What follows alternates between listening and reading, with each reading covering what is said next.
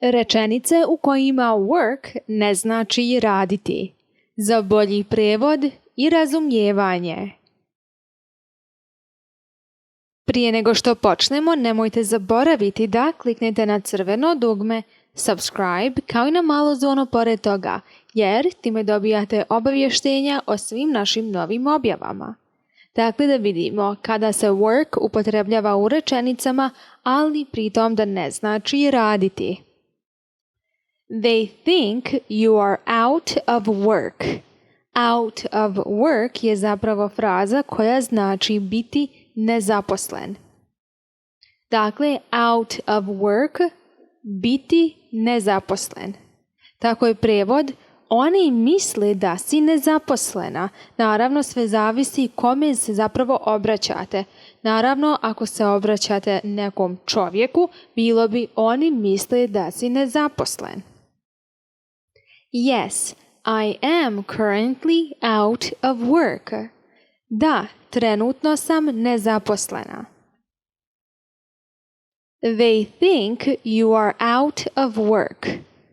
Yes, I am currently out of work. Dakle, out of work se zapravo u svakodnevnom govoru izgovara out of work. Out of work. I sada imamo veoma interesantan primjer. He works out his anxiety by working out. On otklanja svoju anksioznost vježbanjem.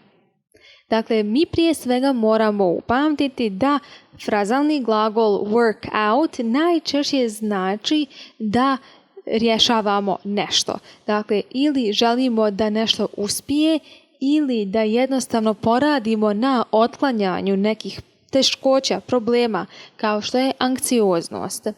A naravno work out također znači vježbati. Dakle, imamo he works out his anxiety, on otklanja svoju anksioznost, a u drugom slučaju working out se odnosi na vježbu, na fizičku aktivnost, dakle vježbanje. He works out his anxiety by working out.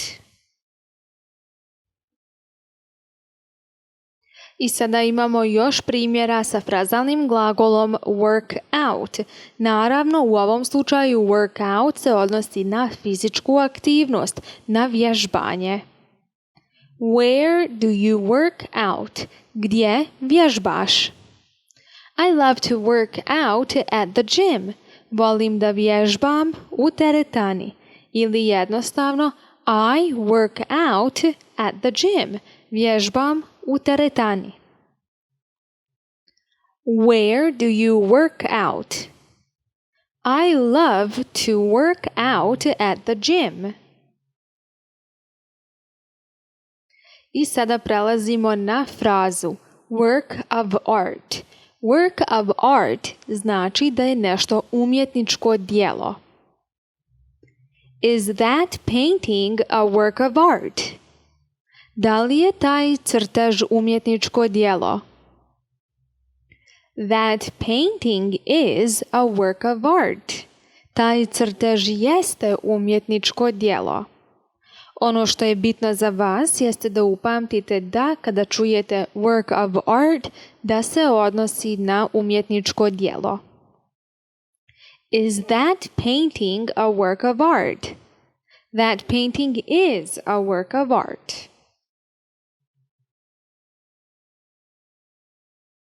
Pored toga što frazalni glagol work out može da znači vježbati ili se može odnositi na razrješenje nekog problema, također se može da odnosi na nečiji uspjeh, pa čak i neuspjeh ako imamo negaciju ispred našeg frazalnog glagola.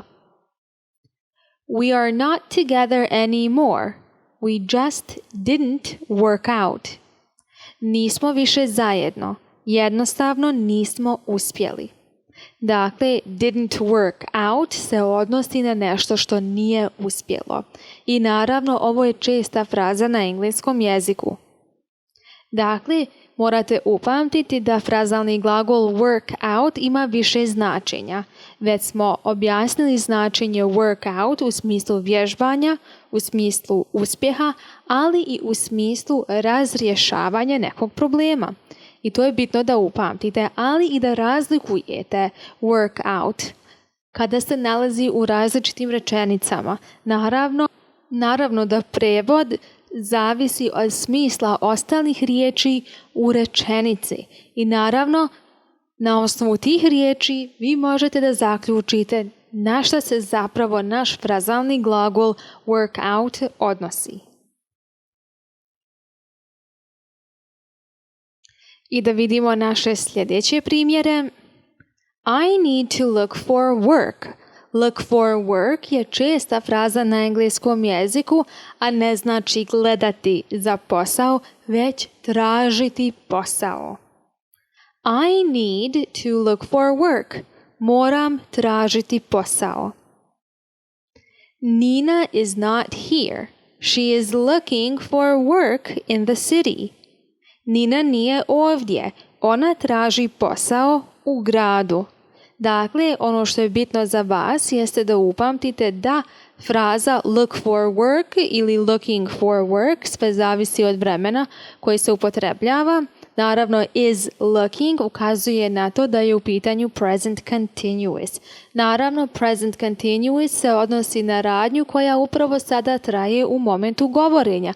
Ona upravo sada traži posao u gradu. Naravno, look for work znači tražiti posao. I need to look for work. Nina is not here. She is looking for work in the city. I sljedeći primjeri su vezani za prijedlog at.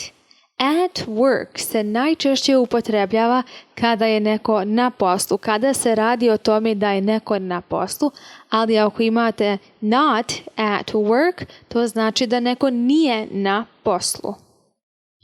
I am not home, I am at work. Nisam kod kuće, na poslu sam. Where are you? Gdje si? I am at work. Na poslu sam. Dakle, I am not home. I am at work. Where are you?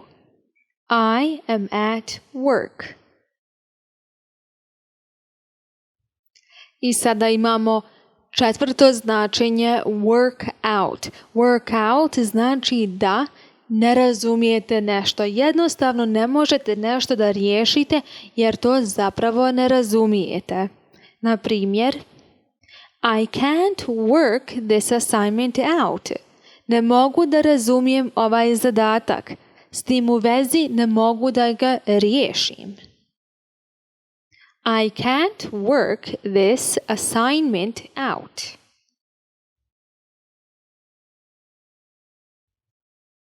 I hope they worked their problems out. Nadam se da su razriješili svoje probleme. Dakle, we worked things out. Razriješili smo stvari. Dakle, radili smo na tome i riješili smo naš problem. Dakle, imamo još primjera za razriješiti. Work out. I naravno, we worked things out je veoma česta rečenica na engleskom jeziku. A znači da se problem riješio. Razriješili ste neke stvari. Kada upotrebljavate ovu rečenicu. I hope they worked their problems out. We worked things out. I imamo line of work. Line of work se ne odnosi na liniju posla, već na polje u kojem radite. Which line of work are you in? U kom si polju posla ili u kom polju radiš? Which line of work are you in?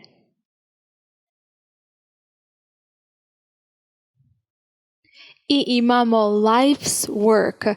Kada čujete life's work, to se odnosi na životno djelo. This is my life's work. Ovo je moje životno djelo. Teaching is my life's work. Podučavanje je moje životno djelo. This is my life's work.